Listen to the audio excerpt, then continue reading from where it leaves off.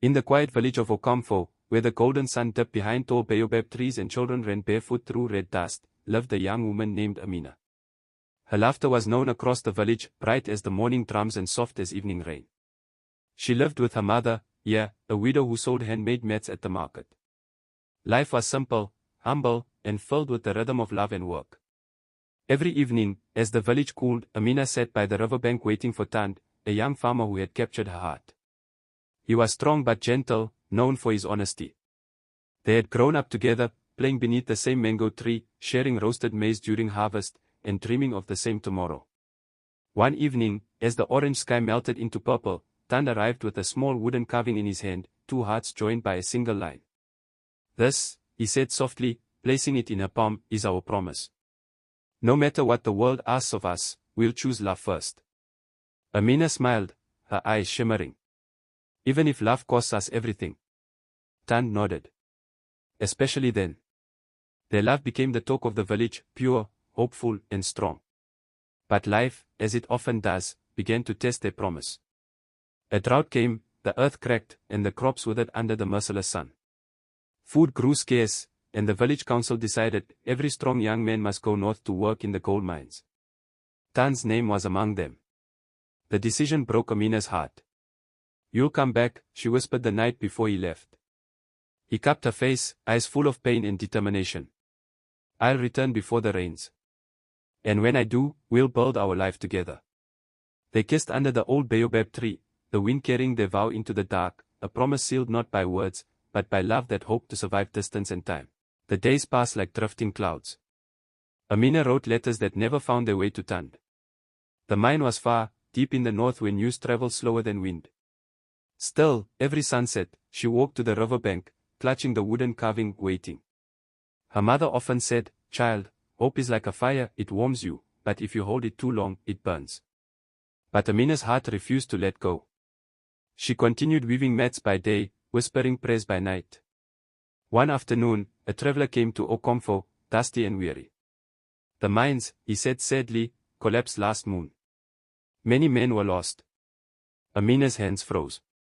The world went silent. But when he mentioned no name, she clung to faith. "Tunde is alive," she murmured. "He promised."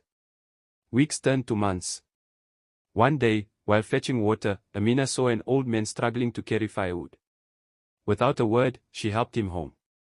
Inside his small hut, she found his daughter, sick and weak, burning with fever.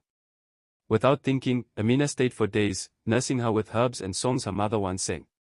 When the girl recovered, the old man held Amina's hands.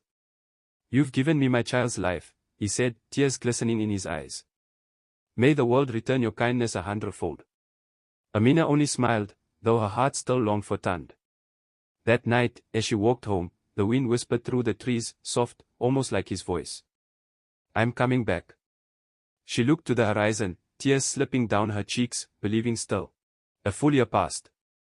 The rains returned to Okamfo, bringing green to the parched earth. But Amina's heart had grown quiet.